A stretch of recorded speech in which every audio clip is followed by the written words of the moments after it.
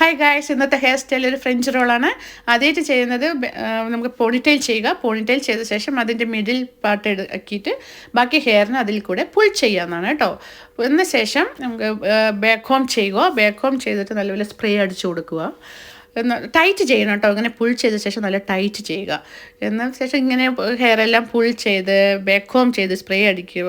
അത് ചെയ്യുന്നത് എന്താണെന്ന് വെച്ചാൽ നമ്മുടെ ഫ്രഞ്ച് റോളിൽ നല്ല വോളിയം കിട്ടാനാണ് കേട്ടോ. എന്ന ശേഷം അതും നല്ല കോം ചെയ്ത് റോൾ ചെയ്യുക. റോൾ ചെയ്ത് അത് പ്രത്യേകം ശ്രദ്ധിക്കുക. എൻഡിൽ ഹെയർ ഉണ്ടല്ലോ ടോപ്പിൽ പിടിച്ച് നല്ല ടൈറ്റ് ചെയ്യണം കേട്ടോ. റൗണ്ടായി ടൈറ്റ് ചെയ്യണം. അതിലാണ് നമ്മുടെ ഫ്രഞ്ച് റോൾ നല്ല പെർഫെക്റ്റ് ആയിട്ട് കിട്ടുന്നത്.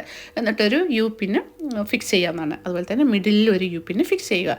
സ്പ്രേ അടിച്ചു കൊടുത്തിട്ട് നമ്മുടെ ബേബി ഹെയറൊക്കെ നല്ല ടൈറ്റ് ചെയ്യാവുന്നതാണ്. എന്നിട്ട് നമ്മുടെ ഡ്രസ്സിന് മേച്ചാവുന്ന രീതിയിലുള്ള ബ്രോച്ചസ് വെച്ച് കൊടുക്കുക.